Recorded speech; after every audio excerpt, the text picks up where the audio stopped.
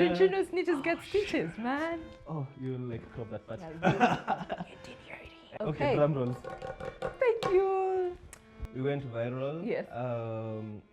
Like almost overnight, the world woke up and realized, oh, these guys HyaPak. exist. Wow. But of course, the African parents. What do you expect? Exactly. Yeah. How do you feel when you say such things? The God The God manze. Manze God. Problems or opportunities waiting to be solved or to be discovered. So.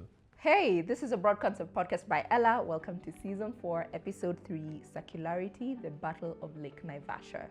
Today, I am sat with greatness, guys, and I am talking to the one and only Joseph Nguthiru, or Joe, the UN Young Champion of the Earth.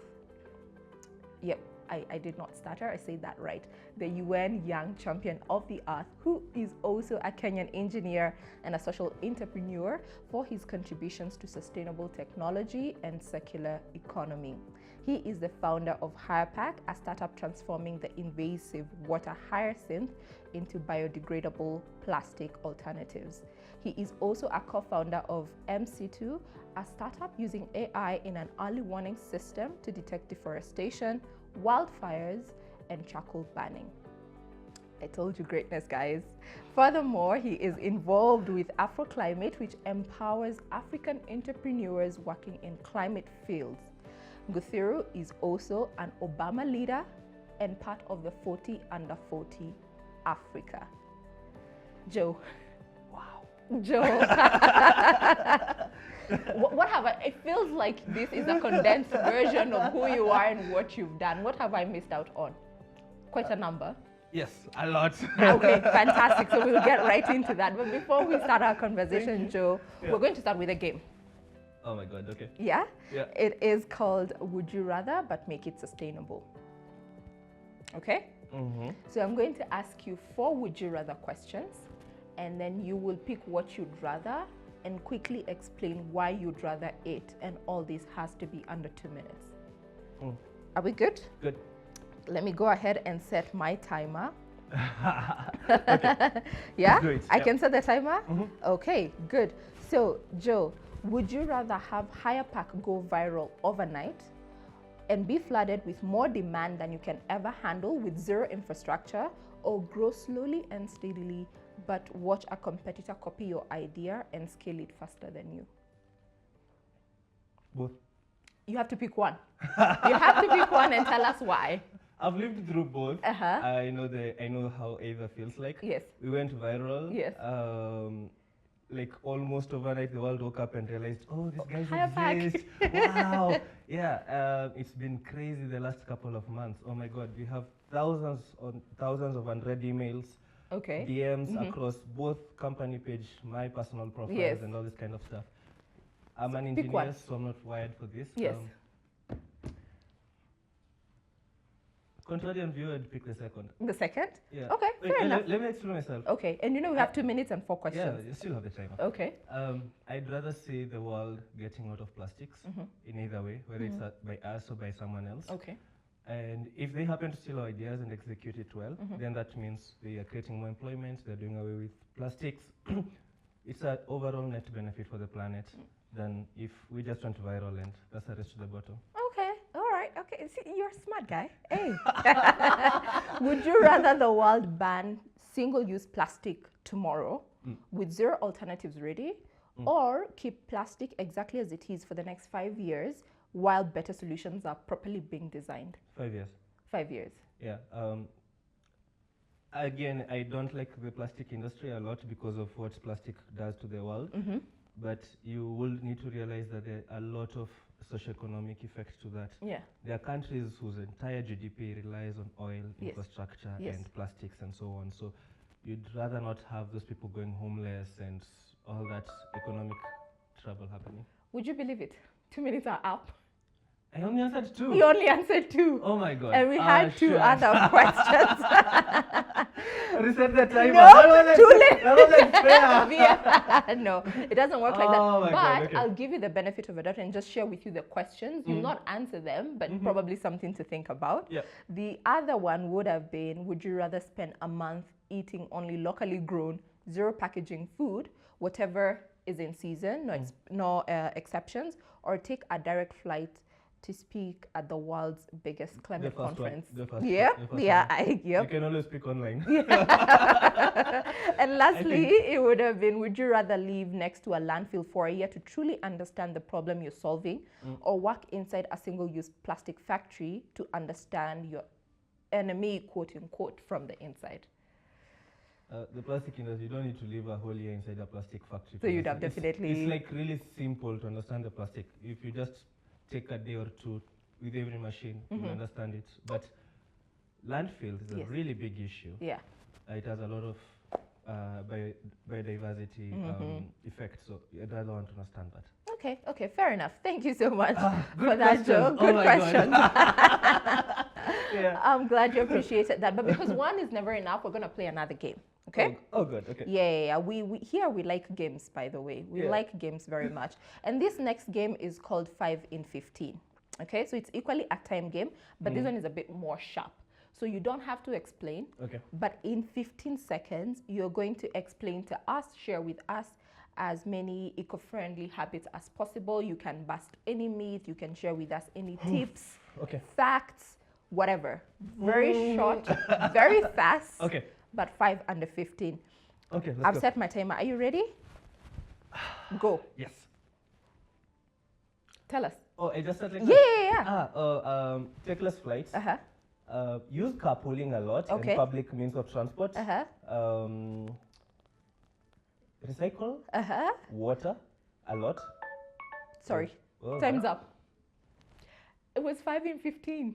Oh yeah, but I'm really passionate about this one, so I'm good with those. So it's fine. They're fair. They're acceptable. Yeah. But thank you so much, Joe, for sharing with us. God. Have you remembered another one? Isn't working well. Need to update your clock up or No. something. Oh, Yeah. okay. Oh, okay. Yeah, Calm yeah. down. I don't trust the software. It's you. It's you. It's not us or our timer. But Joe. It's the timer, guys. It's the timer. But Joe, thank you so much for finally gracing us with your presence. Honestly, I think this is going to be a wonderful conversation to have to just get to learn from you, you know? So remember when we were doing your introduction, of course, we left out quite a bit about who you are, who your story, what your story is. So in your own words, Joe, who are you? Who is Joe? I'm born again. I always start with that. That's my greatest title.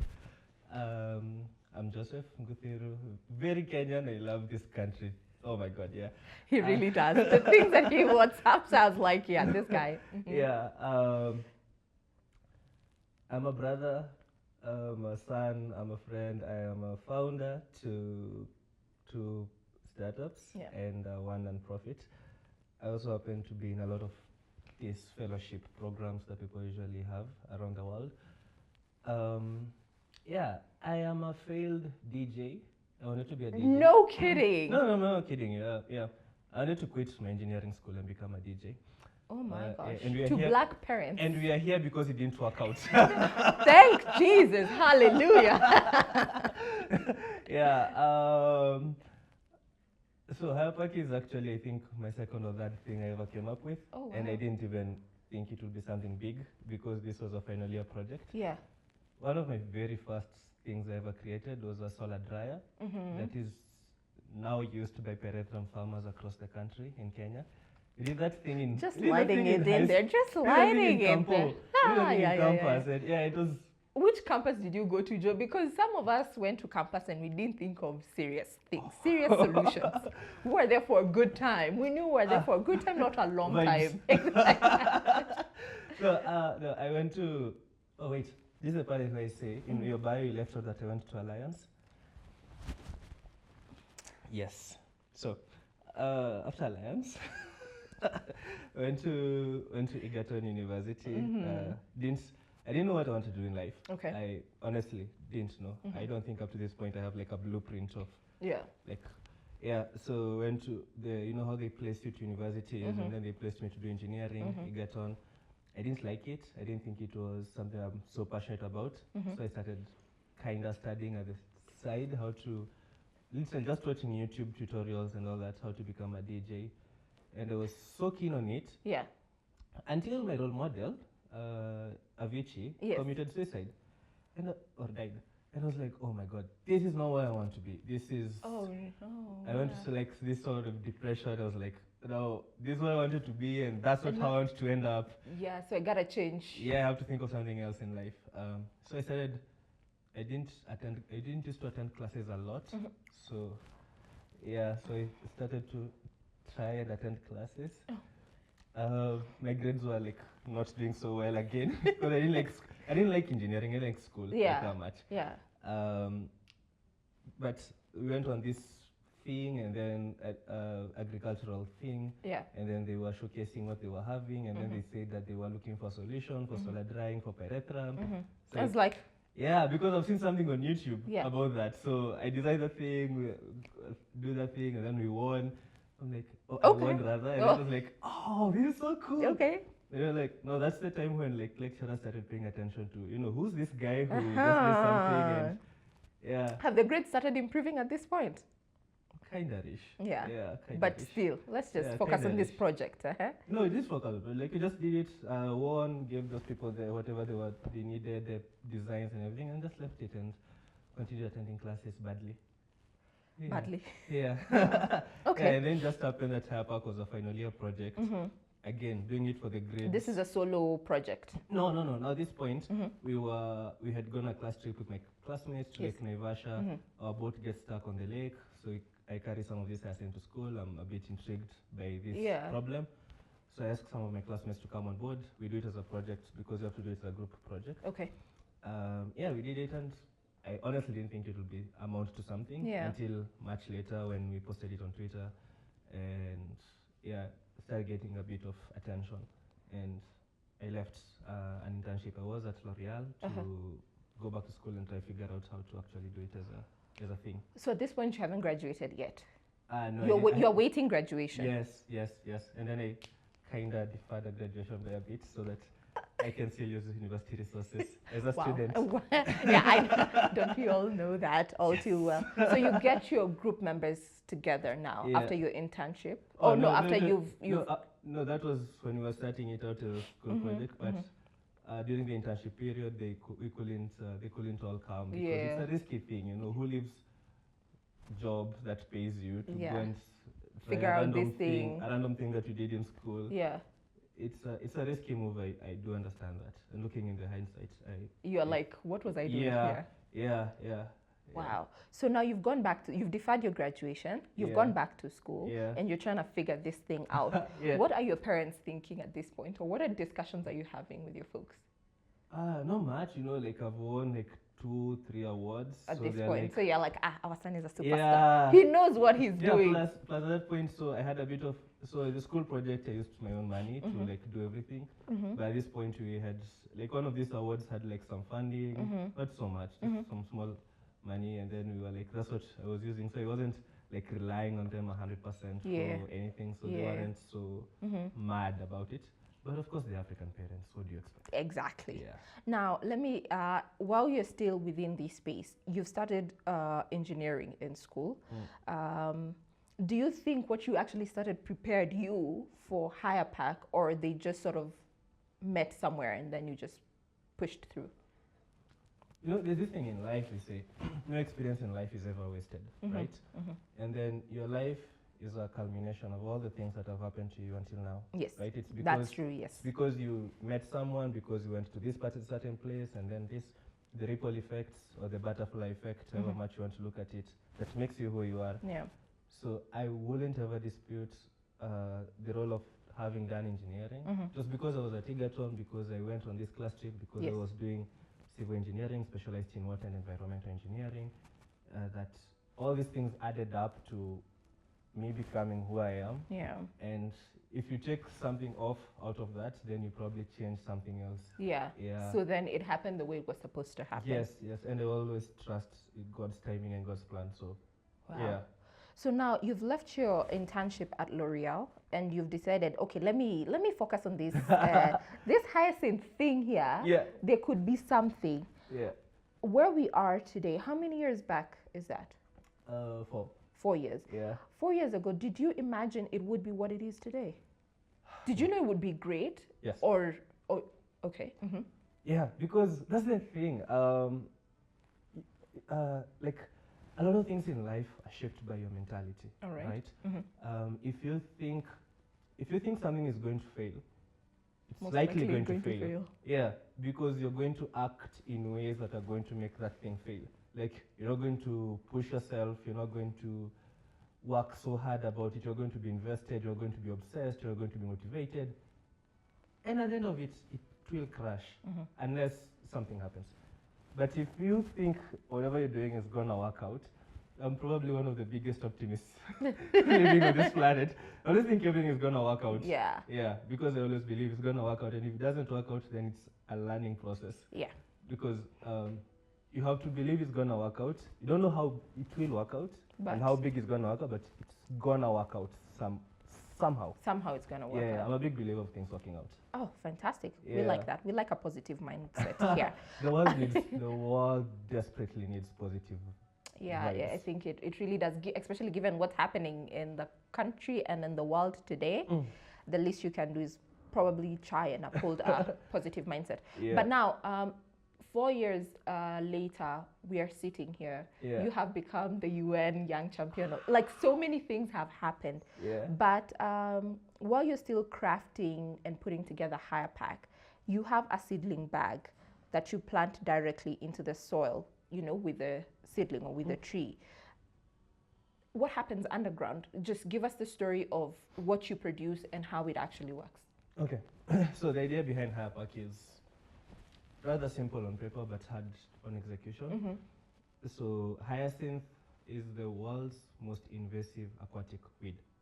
Okay. It's this plant that grows on top of water, growing, doubling its size in every 6 to 12 days. So it's also one of the world's fastest growing It's a plants. fast grower, huh? Yeah.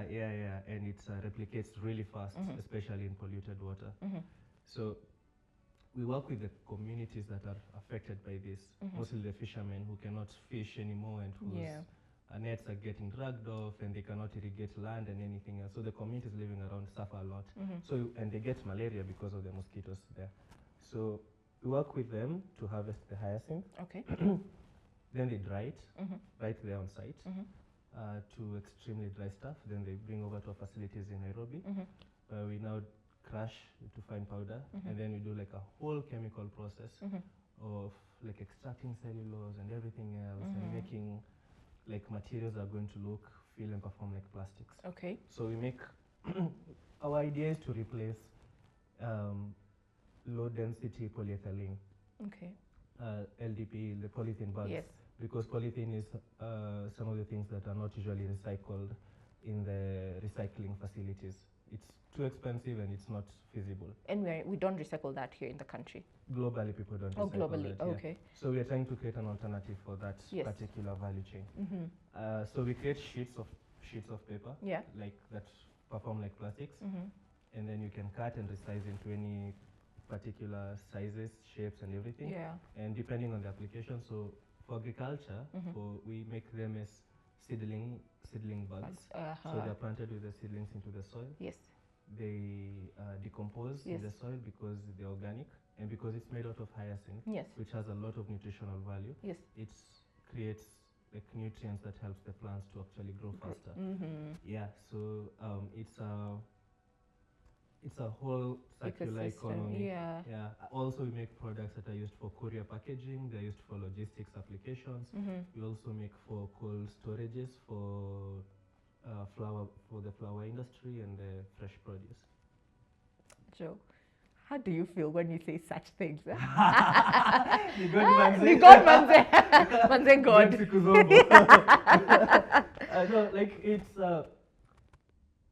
I'm immensely grateful that we get to do this. Yeah. I'm immensely filled with a lot of gratitude Yeah.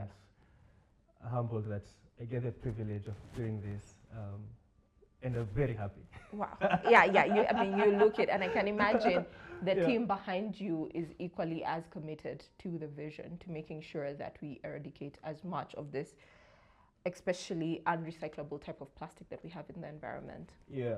And now you're exporting, I hear. Kinda. Yeah. I'm telling you, this guy is just doing things, man. Yeah. So we had started exporting. We started exporting. but then we still are, but then we're thinking the whole strategy because why export products that you can also make in other countries, right? Hyacinth grows in all these other countries. Yeah. They also have problems with their economies. Local people don't have jobs and so on. So why can't we similarly create value for them by them creating industries in other countries that are going to help them and make products that are going to work for their countries?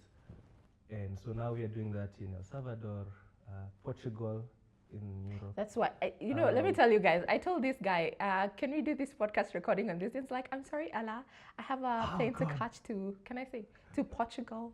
So it was for business? Yes. Okay. At least it wasn't. We're doing something in Porto, Porto in Portugal on the west coast of, there's a lot of hyacinth also around that area. Yeah. Some of the cities around. India also working with some really good people, South Africa, Colombia, and some other countries as well. We're looking to get either good models of franchising, licensing, or even open sourcing, because we think if we can help the world get out of plastics, as I mentioned before, then it's up to us to do it. Wow. Yeah. Now, HyaPak is solving about 3 problems, and probably if I've missed anything, you can share at once. There's the plastic waste, there's an invasive species, and then there's also unemployment at the same time. Initially, did you design it this way, or did you stumble in this triple win as you went along? No, of course not. We designed it to get grades. Very honest with you. But then, you realize along the way that if you can do something else, like of course you're designing this as a thing to get rid of plastics, and then you're also doing managing hyacinth because you can't entirely get rid of it. But also you realize you can actually have some ripple socioeconomic benefits. You can have people earn additional income while doing this, and if you can, then why not? So I didn't even know about something called social enterprises, social all that. So I had to rethink how do you structure this, because businesses must generate profits to be sustainable. Right. But in a way that you can do this alongside communities and alongside people. You can be people-centered and planet-centered at the same time. Yeah. It is possible. It is possible. And you're doing it. Yeah, and also big brands like Patagonia do the same things, and they're well structured in a way that the whole world still use Patagonia and their products and so on, or Toyota and what they're doing in Japan, Tata and what they're doing in India. There are examples of successful companies which have also grown the entire ecosystem and value chain of the countries. Wow, fantastic. Now, you've cleared over 8 hectares of water hyacinth from Lake Naivasha. Did I get that right? Yes. Yeah? And when you look at the lake now and how it was then, what is the kind of picture? Could you just give us like an idea of what that would look like? For some of us who probably last went to Lake Naivasha during a school trip and never went back. So this is a weird thing about hyacinth again. I told you it grows back so fast, really fast. So we remove like 10 by 10 meters, for example. And then we calculated this was like roughly 10 by 10 meters. And then you come back next week and the same place still has hyacinth. So it's a very weird way of calculation where we try to calculate like how much are we actually removing, because we remove it but still it's there. So you can say and then tomorrow if you come and also remove a 10 by 10 meters stuff, and then you still have it again the day after tomorrow, then have you removed 20 meters squared or have you removed 10 meters squared? So it's a very interesting thing where we actually don't have like a very proper metric of either thinking about it, but in culmination, it's 20 acres or 8 hectares. That's what we've done so far. And you've constantly committed to continue doing so. Yes, and we're going to do that not just in Kenya, but also in other countries. In other countries. Yeah.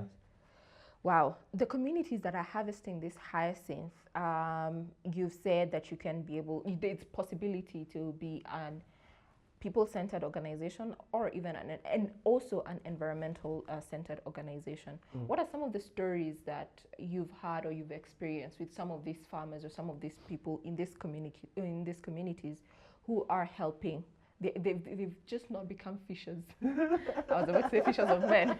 You know, we said this is a born-again guest. So anyway, no, it's not about, fishing, but they're now also fishing hyacinth. Yeah. So what are some of the stories that have moved you about some of these people? Oh, so I didn't like pay attention to it at the beginning because I thought this was just like a random thing, people are getting something. Yeah. But actually, so we work through a community-based organization of the fishermen, where we subcontract them or contract them to do all this kind of work, to harvest, dry, transport, all that. And so they get to determine between themselves who's going to do what, who's going to do what. So that's up to them. So we're not telling them what to do. No, it's no. very... And we don't manage them, so Yes. they do that for themselves. Yes. But then, these guys have so much hope that our products are going to work, more than we actually do, because they see they're like, every time, I think the biggest story is the story of hope. Yeah. Because every time they get to do this, Yes. they're like, like, we can We're get this doing thing out. Yeah, and they're so excited, and we've had like a lot of media attention and traction. So media people usually go there, and then we link them up to like 1 or 2 people to like do the filming and all that. Yeah, and when they see themselves on like CNN or BBC or something, they're like, oh, we got it. Yeah, I was on TV. And then they post everywhere. Yeah. So it's very exciting for them also, and that they feel that we can actually do away with the hyacinth that affects them. It's the joy they feel and the hope they have actually is like a fuel for us. Yeah, you can't disappoint them. Yeah, you can't disappoint that smile. They set the bar so high. Yeah. So you have to like live up to the expectations. Yeah. Oh, man. Well, I think that's a good problem to have. Yes. Yeah. I love it. I love it. You'd rather have them that way than not have them like that. Yeah, for sure. Yeah. Now they have fished the hyacinth out. It's been dried. It's come. You've produced all the different materials that you have. Now let's think about it from an urban perspective. We do hear and see a lot of biodegradable packaging, maybe eco-friendly packaging on some of the products that we buy day to day, some that we think about, others that we don't really just think about because it's pretty much normal. But how should everyday consumers tell the difference between genuine solutions and some that are greenwashing? Oof. Yeah. Tough. I'll tell you for sure, So, 2 things. So one is biodegradable and 2 is compostable. And those are 2 different things. These 2 are very different, and because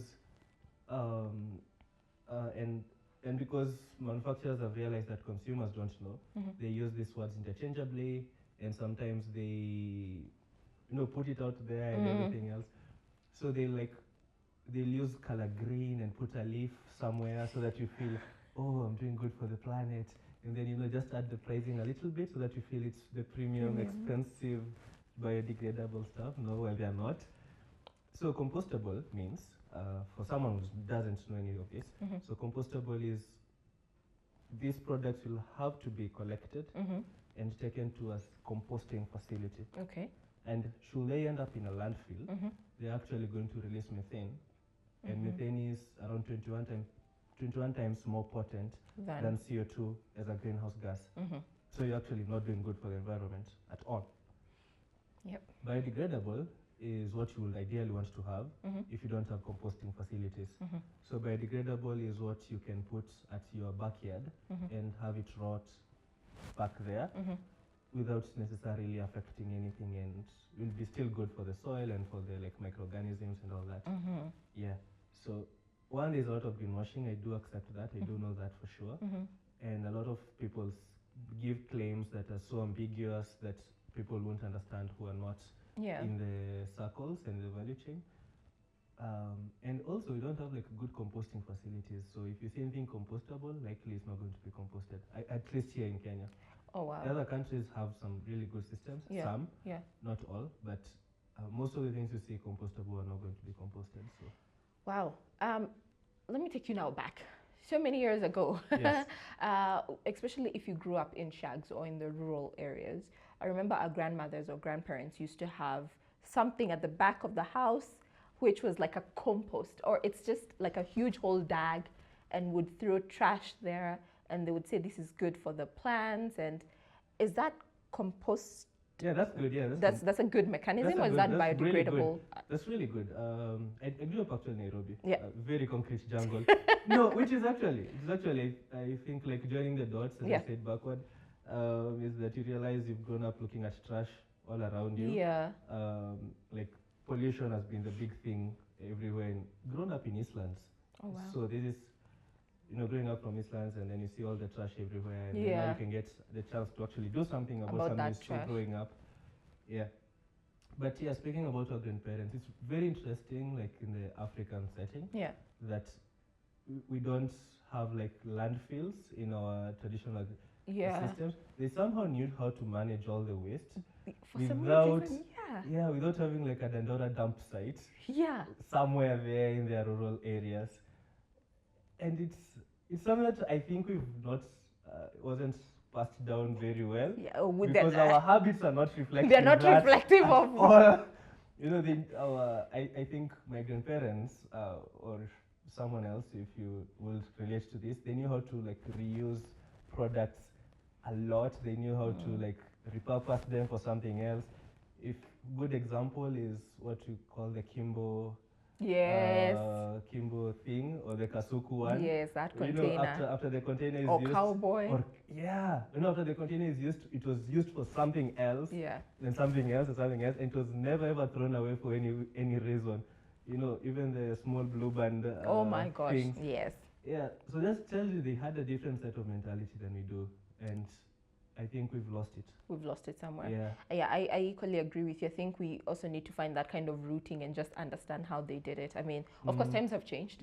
The role to urban migration has happened, or it continues to happen. But nowadays, we're seeing more people wanting to go back to shags. But, anyway, before we go off on a tangent, you also do run M-Situ. Yeah. This is an AI system that detects deforestation, we said wildfires, some of these things in real time. How does that connect to what you're doing at HyaPak? Is there a connection, or are these two separate enterprises that are, in some sort of way fighting one war at the end of the day? No, they're two very separate, distinct. Fun fact, M-Situ was ranked among the top 100 AI innovations. I'm telling you guys, this is genius. This year. We haven't posted about it, but I'll post by the time this comes out. It will be online. But you guys had it first here.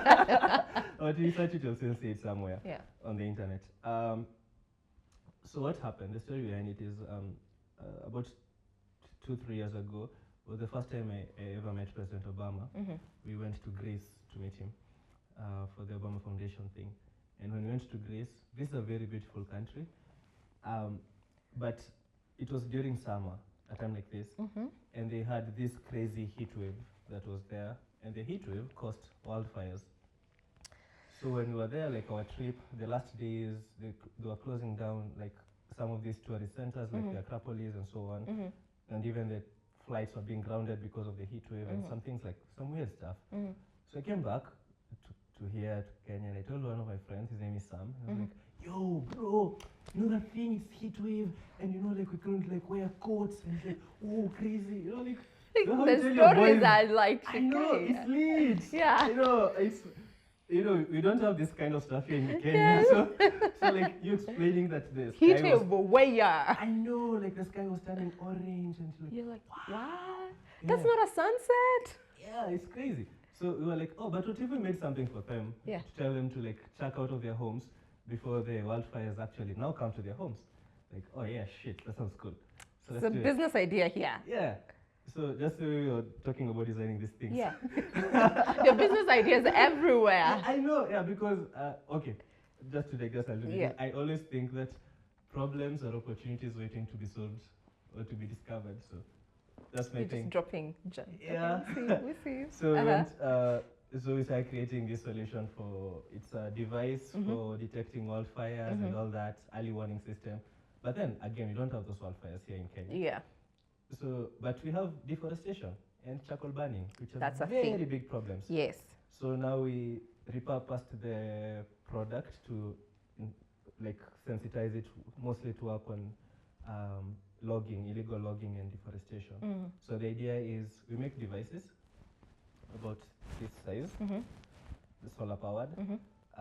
Inside they have sensors which we've trained using AI to detect different kinds of like chainsaw noises and all that kind of stuff.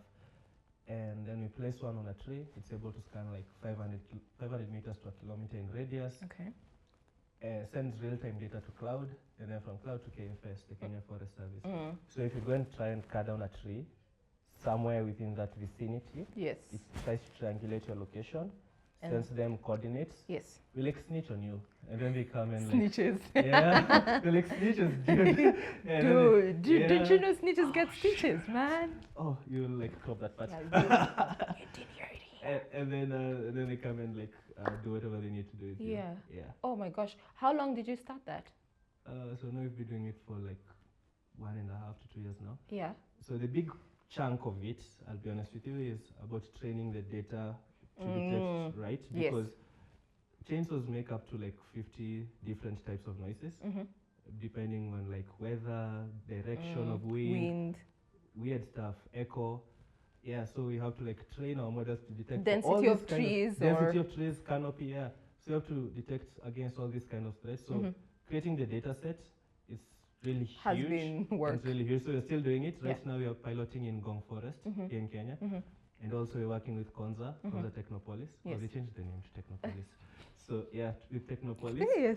And we're working out solutions with there as well. So it's really fun. It's really fun to get to do it. Wow. Yeah. Wow. No, I mean, we can't wait until, it's spread across the entire country. And you're also able now to take it back to Greece and tell them, guys, now, here's something for you guys. Yeah. But the truth of the matter is Africa produces a small fraction of, or Kenya, a small fraction of greenhouse gas emissions.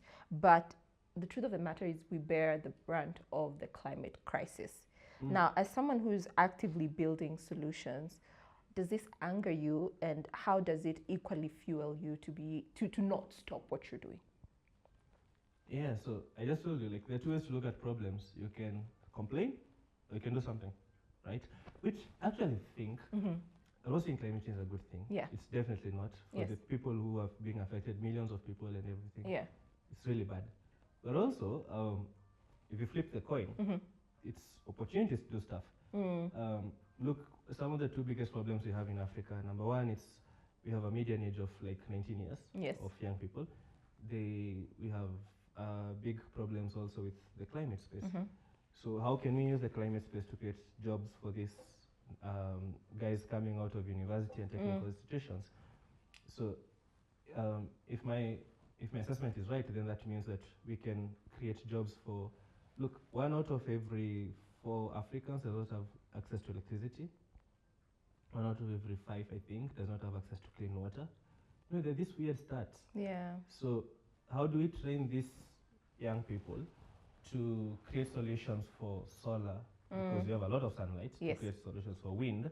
Not just like create, but learn how to install solar panels, learn how to create solar panels, learn how to recycle them, so that they can then take them to these people who have no electricity and so on, so that we just use this as an advantage, right? Yeah. We don't have water, so how can we train more people into water engineering so that they know how and where to drill boreholes, how to make water systems, how to recycle the small water that we have, and so on.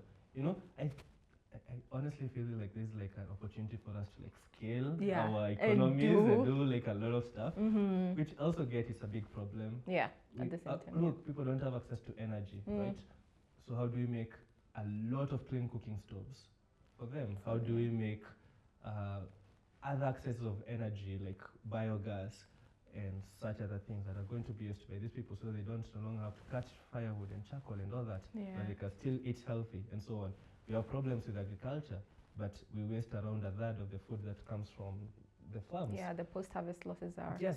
So how do we train these young people not to complain about the cost of food, but to actually do something to try and restore this food from going bad and so on? So I think if any leaders listen to this, I think these are places that we could actually like focus on, and the benefits are going to be spread over like the next 50 or 200 years in the continent. Yeah.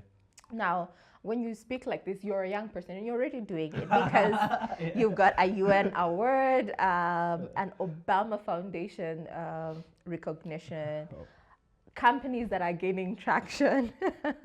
Grateful.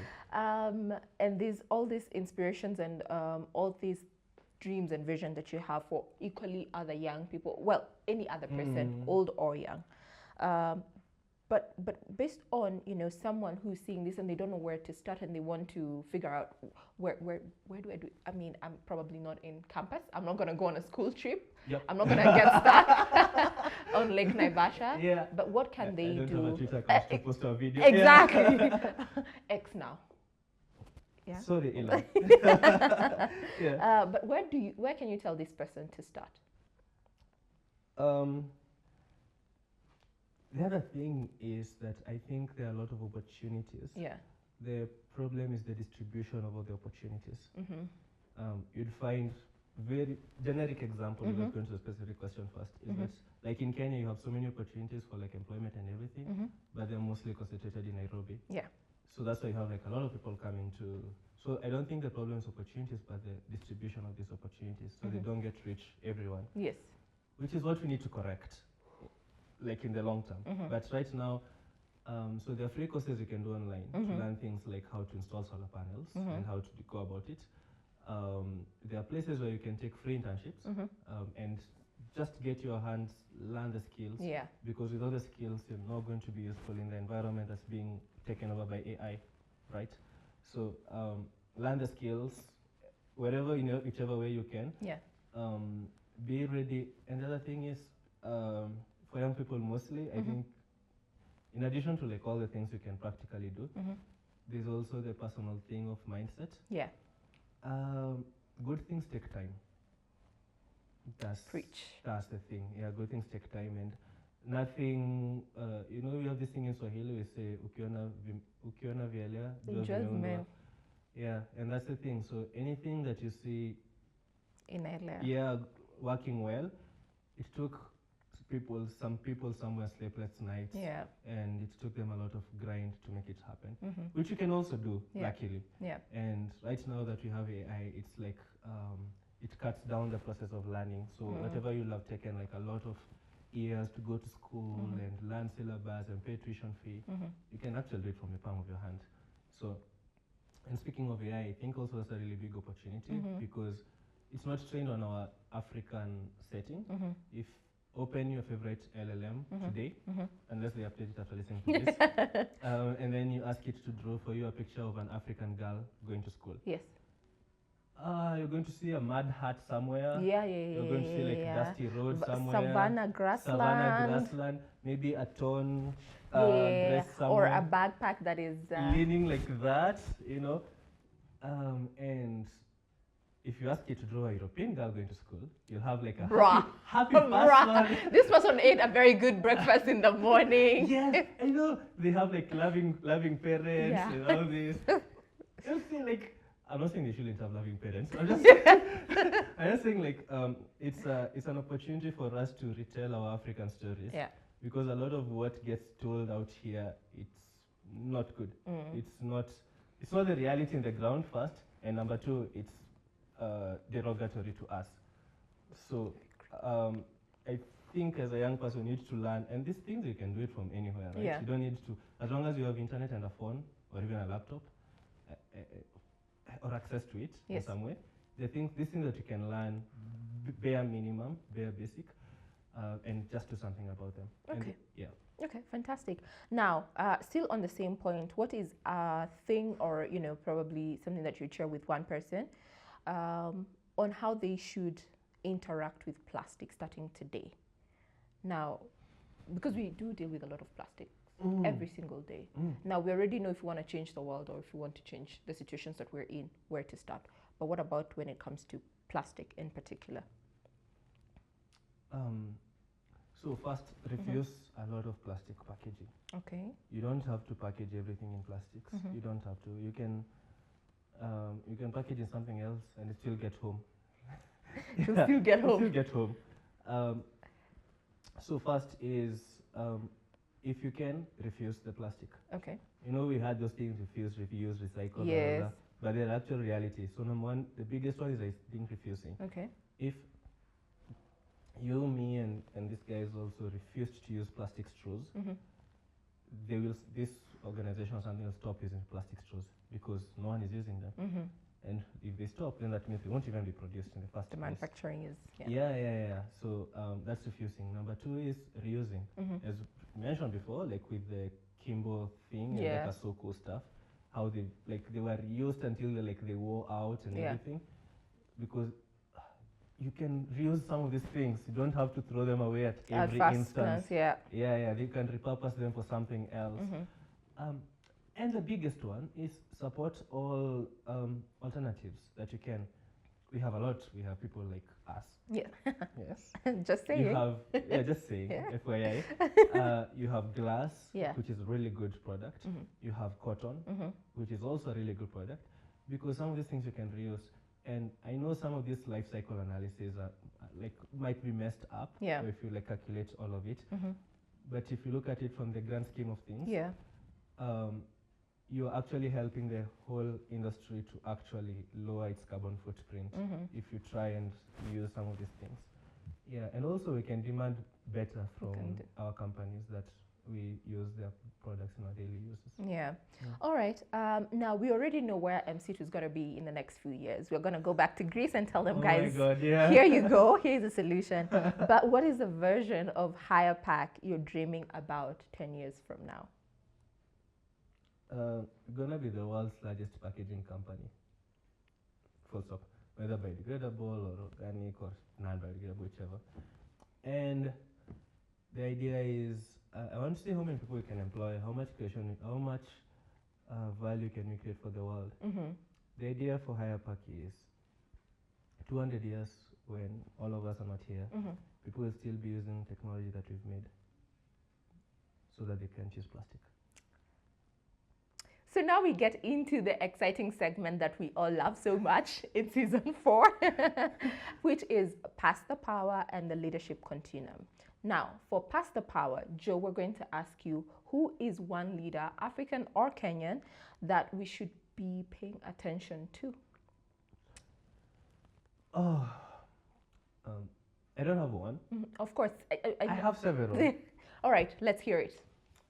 And you probably might not have heard of them, but I need you to check them out. Okay, fair enough. Charlotte Magai, the founder of Clean Cooking Stoves. Mukuru Clean Stoves. I've heard of her. Yeah. Norma Gero doing the drop wax. Wawira Njiru doing the Fade for Education. Lennox, Moni doing a Kobana. Yes. Elisa Vatia doing Signverse. Wait, I'm just saying about my friends. I see what you're doing here. No, because look, I can completely bet that take this to the bank. 30 years from today, these guys will have shaped what this continent is known about. Wow. I can go in on and I can and these are just Kenyans. If we go to because I know their building and I trust in them as founders. I trust in their solutions as well. Yes. And I trust also in what they're doing and how they're doing it. And if these are the young people who are leading right now, then I think we're actually going to the right places. We're in the right hands. Yeah, we're in the right hands. I wouldn't be dismayed about the future. I wouldn't be downcast if these are the guys who are leading. Okay, that's fantastic. Thank you for sharing. At least in Kenya. Yeah, at least in Kenya. The list is really even big. endless. Yeah. But thank you for sharing that, because it means we can be able to check them out, especially for some of us who've not had any of the 5 names that you've mentioned. Them flowers. Yeah. And those are I've got to select 20 people at least top of We head. had to stop him, otherwise we'd be here the whole day just counting people and run out of fingers. But thank you for that. Yeah. And then as we wrap up, there's a leadership continuum, something that we normally do on the podcast, which is, where a guest tackles a systemic barrier and leaves a systemic barrier for the next guest to deal with. All right? So, correct. So in the last episode, we talked to Victor Mwanga, who is the CEO and founder of Earthlines Kenya, and he's doing a fantastic job when it comes to reforesting Africa.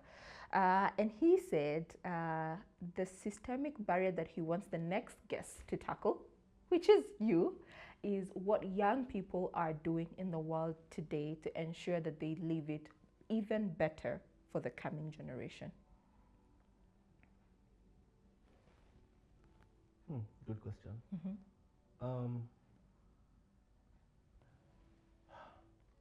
The systemic barrier, what young people are doing. The names I've just mentioned, for example, they're working on sanitary pads, Yes. they're working on sign language for deaf people and for all that. They're doing work on energy, they're doing work in medical healthcare system, they're doing work on like a lot of different fields, Clean agriculture, energy, food. Yeah. And I feel that young people are in a position where I think, in my opinion, I think this is the golden age for young Africans to be founders. Okay.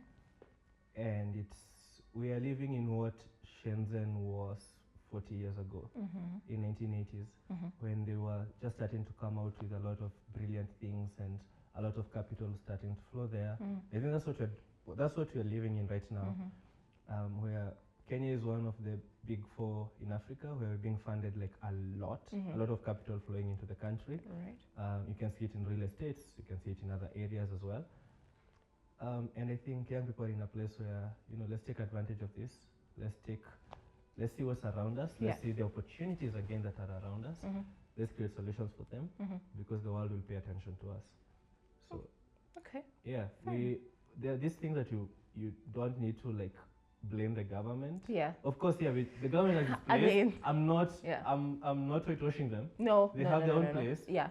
But again, as young people, there are things that we can do with and without the government, with or without the government, Yes. that we can actually also create impact, and actually outshine them and show them how it's done. And you're already doing it. By God's grace. Yeah. All right, fantastic. So Yeah. what is one systemic barrier that the next guest must tackle? God. Systemic barrier Yeah. for the next guest. Yes. How hard should it be on a scale of 1 to 10? Whatever comes to mind.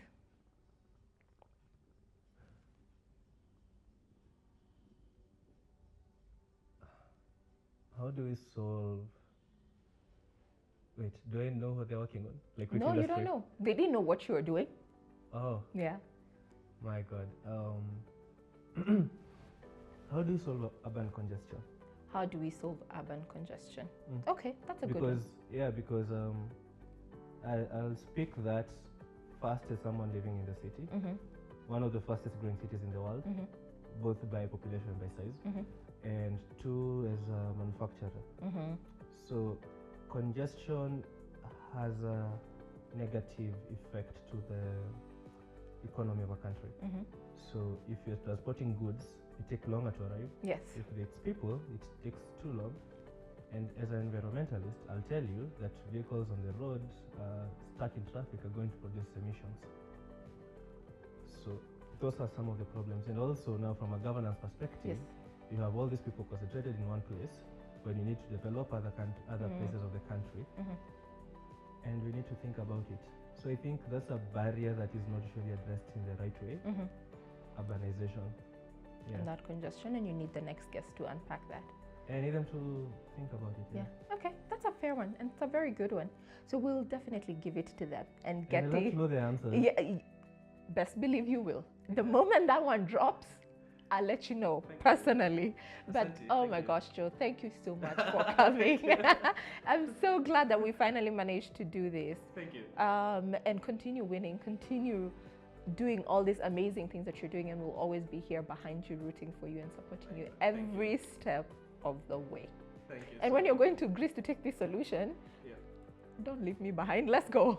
So, you have Unibebe, niko na passport. So let's do it. But that's it for this episode. Check out more of this content on Instagram, Facebook, LinkedIn, and TikTok at the Broad Concept Podcast. Share this episode, subscribe, and follow us. Tune in again in a fortnight for our next episode. I've been your host, Ella. This has been Joseph, do you have a link where like subscribe here? Oh, yeah. sorry, we forgot it. Is it here? I think it's here or somewhere. Just, Okay, you know, here. the screen. Somewhere here.